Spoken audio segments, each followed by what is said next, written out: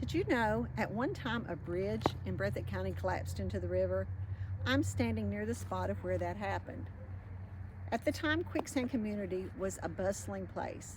As a matter of fact, a newspaper article in 1911 said it was one of the fastest, if not the fastest growing city in Kentucky. That was all thanks to the Mowbray Robinson Sawmill Company, which was one of the largest in the world and employed over 800 people. In 1911, a bridge was built across the river to allow them to get logs quicker and easier to the lumber mill.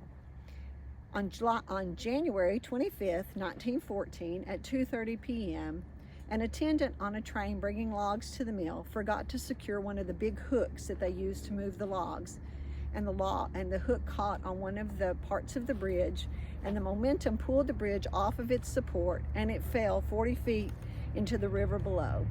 Thankfully, it landed in such a way, and maybe because the water levels in the river were not so great, that they were able to get all 8 crewmen off the train uninjured. The bridge was built back a couple months later, and it continued to serve to bring logs into the lumber mill. But in the 1920s, the lumber business had dried up, and the E.O. Robinson Mountain Fund was utilized by the University of Kentucky to open an agriculture experiment station in Quicksand. Quicksand became a quiet little community instead of a bustling city. And the bridge was continued to be used. Eventually it was turned from a railroad bridge into a regular bridge, and the wooden decking was replaced with concrete decking. And probably around 1993, from the best that we can tell, the bridge was painted blue. And from that point on, the blue bridge became a landmark for people in the area.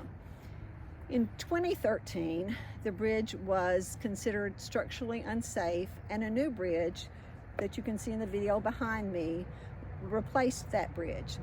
Although the new bridge is a beautiful modern bridge, and every spring couples still stop here to take prom pictures, it will never replace the blue bridge that people so fondly remember.